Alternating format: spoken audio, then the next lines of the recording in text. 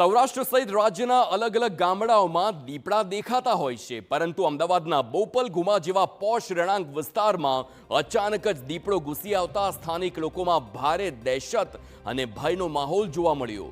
ગુમા ગામમાં આવેલ શરણદીપ સોસાયટીમાં દીપડો દેખાયાના ફૂટેજ સામે આવ્યા। સવારે પંજાના નિશાન જોતા વન વિભાગે પણ દીપડો હોવાની પુષ્ટિ કરી છે। સમગ્ર મામલે સ્થાનિકોએ વન વિભાગ તેમજ ઝૂની ટીમને પણ જાણ કરી। ઘટનાની જાણ થતાં જ વન વિભાગનો કાફલો ઘટના સ્થળ પર પહોંચ્યો। વન વિભાગના અધિકારીઓ હાલ આ સીસીટીવી ફૂટેજ તેમજ દીપડાના પગના નિશાનના આધારે તપાસ હાથ ધરી છે, તેમજ દીપડાને પકડવા પાંજરા પણ મૂક્યા। શહેરી વિસ્તારમાં દીપડો આવી પહોંચતા મેયર સહિતના પદાધિકારીઓ પણ ઘટના સ્થળ પર દોડી આવ્યા અને સ્થાનિકો સાથે વાતચીત કરી સમગ્ર ઘટનાની માહિતી પણ તેમણે મેળવી છે।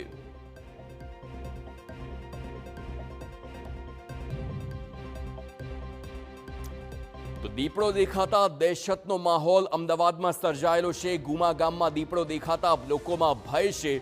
શરણદીપ સોસાયટીમાં રાત્રે દીપડો ઘૂસી આવતા લોકોમાં અફરાતફરી મચી છે। દીપડાને પકડવા વન વિભાગની ટીમો દોડતી થઈ છે। દીપડાને શોધવા ડ્રોન કેમેરાની પણ મદદ લેવામાં આવી છે। ડ્રોન સર્વે થકી સોસાયટી અને આસપાસના વિસ્તારો પર નજર પણ રાખવામાં આવી રહી છે। અમદાવાદના ગુમા જેવા પોશ રહેણાંક વિસ્તારમાં અચાનક જ દીપડો ઘૂસી આવતા સ્થાનિક લોકોમાં ભારે દહેશત અને ભયનો માહોલ વ્યાપી ગયો। ગુમા વીઆઈપી રોડ પર આવેલ શરણદીપ સોસાયટીમાં દીપડાની એન્ટ્રીથી લોકોમાં ભયનો માહોલ છે। દીપડાને નજરે જોનાર પરિવારે જણાવ્યું કે ગઈકાલે મોડી રાત્રે 1:15 વાગે પરિવાર ઘરે પરત ફરતો હતો અને ત્યારે જ સોસાયટીની બહારના રોડ પર દીપડો જોવા મળ્યો। તેમને પહેલા તો વિશ્વાસ જ ન આવ્યો કે આ દીપડો છે, परंतु तेओए तात्कालिक सोसायटीना लोकोने जाण करी।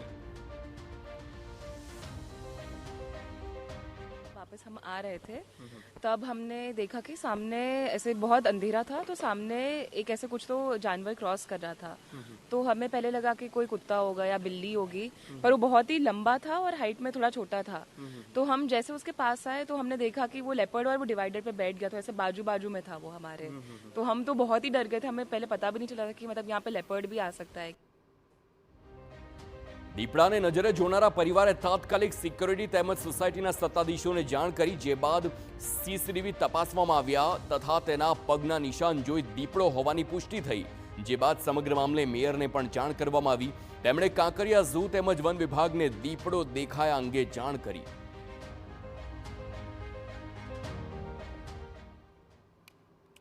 એમને દીપડાને ક્રોસ થતા જોયો અને ક્લિયર કટ એની સાઇઝ જોઈને એમને ખબર પડી ગઈ કે આ દીપડો જ છે, એની લાંબી પૂંછડી વળાંક જોઈને। એટલે એમણે તરત જ એન્ટ્રી મારતાની સાથે સિક્યોરિટી ગાર્ડને બધાને એલર્ટ કર્યા। સોસાયટીના વોટ્સએપ ગ્રુપમાં મેસેજ મૂક્યો અને જેવો મેસેજ મૂક્યો એટલે સોસાયટીના અમારા જે 2-3 જણા કમિટી મેમ્બર છે અમે લોકો તરત રાત્રે દોડીને આવ્યા અને અમે માનવા તૈયાર નહોતા કે આ દીપડો હોઈ શકે અને આપણા વિસ્તારમાં સોસાયટીમાં આવી શકે, એટલે અમે ના પાડી કે આ હોઈ જ ના શકે। પણ પછી અમારામાં એક વાઇલ્ડ લાઈફ એક્સપર્ટ છે, એણે પગમાર્ક જોયા રાત્રે, પગમાર્ક જોયા અને એને કીધું કે આ દીપડાના જ છે। જોયા પછી અમે સીસીટીવી ફૂટેજ ચેક કર્યા રાત્રે અને ફૂટેજમાં દેખાઈ ગયો કે દીપડો છે। તો આ મામલે નાયબ વન સંરક્ષકે કહ્યું કે સીસીટીવી જોતા દીપડો આશરે 8 વર્ષનો હોવાનું અનુમાન છે અને તે ખોરાકની શોધમાં આવ્યો હોય તેવી શક્યતા છે। તેણે એક મરઘીનું મારણ કર્યું હોવાના પણ પુરાવા મળ્યા છે, પરંતુ હાલ દીપડો દૂર ચાલ્યો ગયો હોઈ શકે છે। સમગ્ર ઘટનાની ગંભીરતાને ધ્યાનમાં રાખી દસક્રોઈ, માંડલ, સાણંદ સહિતના વિસ્તારની ટીમો કામે લાગી છે તથા થર્મલ ડ્રોનની પણ મદદ લેવામાં આવી રહી છે, જેથી સતત નજર રાખવામાં આવી રહી છે। સવારના સુમેરે એક દીપડાનો સીસીટીવી ફૂટેજમાં જે આ સોસાયટીની અંદર ફરતો છે તે વિડીયો વાયરલ થયેલ છે। તો તેના અનુસંધાને 1 જ કલાકની અંદર વન વિભાગની સમગ્ર ટીમ અને કાંકરિયા ઝૂની જે ટીમ છે એ સ્થળ ઉપર પહોંચી ગયેલ હતી અને અત્યારે વન વિભાગના જે વેટરનરી ડોક્ટર્સ, પરિક્ષેત્ર વન અધિકારી દસક્રોઈ, પરિક્ષેત્ર વન અધિકારી સાણંદ અને માંડલ તથા તેઓની જે સમગ્ર ટીમ છે એ ઘટના સ્થળ પર જ હાજર છે અને જો દીપડો એનું જે સઘન આજુબાજુના ઝાડી વિસ્તારોની અંદર સ્કેનિંગ કરવામાં આવશે અને જો આજુબાજુમાં રહેણાંક વિસ્તારની અંદર હશે તો તેને સફળતાપૂર્વક એને સુરક્ષિત જગ્યાએ મોકલવામાં આવશે। તો સમગ્ર મામલે મોડી રાતથી જ સતત વન વિભાગ તેમજ કાંકરિયા ઝૂ વિભાગની ટીમો કામે લાગી છે અને મેયર સહિતના પદાધિકારીઓએ ઘટના સ્થળની મુલાકાત લીધી તેમજ લોકોને મોડી રાત્રે અને વહેલી સવારે એકલા બહાર ન નીકળવા તેમજ સાવચેત રહેવાની પણ સલાહ આપી છે. સવારે 3:30 વાગ્યાની આસપાસથી આપણી ટીમ જે તૈનાત છે એ ટીમને હજુ સુધી ક્યાંય લાગ્યું નથી. સીસીટીવીના ફૂટેજની અંદર આ દીપડાનો દેખાયો છે અને પગલાં પણ છે, પણ હવેની સ્થિતિ એવી થઈ છે લાસ્ટ સોસાયટીના લાસ્ટ દરવાજા સુધી જતાં જંગલ વિભાગની ટીમને એવું પણ જાણવામાં આવ્યું છે કે દીપડો બહાર નીકળી ગયો હોય અને દિવસનો સમય છે, દીપડો જંગલની અંદર સંતાઈ જાય તો ખ્યાલ આવતો નથી, માટે આપણે ડ્રોનની વ્યવસ્થા કરી છે અને ડ્રોન દ્વારા આપણે આ કાર્ય કરી રહ્યા છીએ. તો ઘટનાને લઈ રાજ્ય કક્ષાના વન પ્રધાને પણ પ્રતિક્રિયા આપીને કહ્યું કે વન વિભાગ અને ઝૂની ટીમ સતત કામગીરી કરી રહી છે. ઝડપથી દીપડાનું રેસ્ક્યુ પણ કરવામાં આવશે તથા લોકોને પણ સાવચેત રહેવાની સૂચના આપવામાં આવી છે. જે રીતે દીપડો બોપલગુમા વિસ્તારની અંદર સેલામાં ક્યાંક કોઈના સીસીટીવીમાં ટ્રેપ થયો છે, વન વિભાગ એને એના ફૂટપ્રિન્ટના આધારે ટ્રેક કરવાની કોશિશ કરી રહ્યું છે અને રેસ્ક્યુ કરવા માટેની પણ ફોરેસ્ટ ડિપાર્ટમેન્ટ લાગી ગયું છે. ટૂંક સમયમાં એ પણ પકડાઈ જશે. શરણદીપ સોસાયટીમાં જે જગ્યા પરથી દીપડાએ એન્ટ્રી કરી હતી એ મારી પાછળ જે આપ જોઈ રહ્યા છો એ મુખ્ય રોડ આવેલો છે અને એ મુખ્ય રોડથી આપ સામે જે દિવાલ જોવા મળી રહી છે ત્યાંથી એ દીપડો અહીંયા સોસાયટીમાં પ્રવેશ્યો હતો. ત્યારબાદ અહીંયા સોસાયટીના જ કેટલાક રહીશ કે જેઓ એક્સપર્ટ છે વાઇલ્ડ લાઈફના, એમને એના ફૂટમાર્ક જોયા હતા અને એમાં એમને જાણ થઈ હતી કે અહીંયાથી દીપડો પસાર થયો છે. એમાં આપ જોઈ રહ્યા છો એક આ છે અને બીજો જે ફૂટમાર્ક છે એ આ અહીંયા આપ જોઈ રહ્યા છો એ ફૂટમાર્ક હોવાનું અનુમાન સોસાયટીના જ કેટલાક રહીશો દ્વારા લગાવવામાં આવ્યું હતું. ત્યારબાદ એમના દ્વારા એ ફાઇનલ કરવામાં આવ્યું હતું કે આ દીપડો જ અહીંયાથી પસાર થયો છે. ત્યારબાદ દીપડો સોસાયટીના જ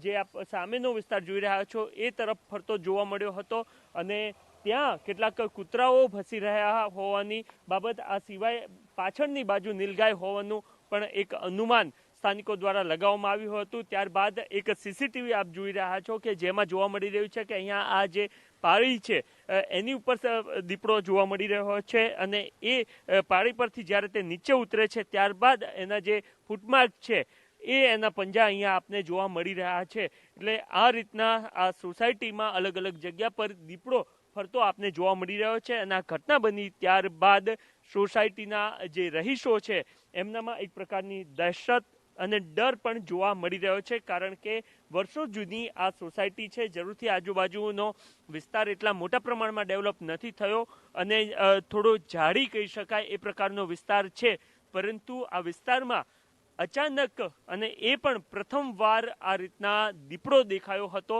અને એ દીપડો સીસીટીવીમાં પણ કેદ થયો છે. ત્યારબાદ સોસાયટીના રહીશોમાં એક પ્રકારનો ડર પણ જોવા મળી રહ્યો છે અને દીપડો ક્યાંથી પસાર થયો એ તમામ બાબતો આપના સુધી રજૂ પણ કરવામાં આવી છે.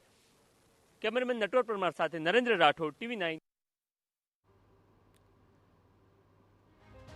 તો હવે જોવું એ રહ્યું કે આ દીપડો જેની તપાસ હાલ ચાલી રહી છે, શું વધુ અપડેટ્સ મળે છે, દીપડો ક્યાંથી ઝડપાય છે, કારણ કે ચારેય દિશામાં વન વિભાગ અને ઝૂની ટીમ કામે લાગી ગઈ છે. થર્મલ કેમેરા હોય, ડ્રોન હોય, તમામની મદદ લેવામાં આવી રહી છે જેથી કરીને દીપડો જલ્દી જ આ વિસ્તારમાંથી તેનું રેસ્ક્યુ થઈ જાય. આ મોટો રહેણાંક વિસ્તાર છે.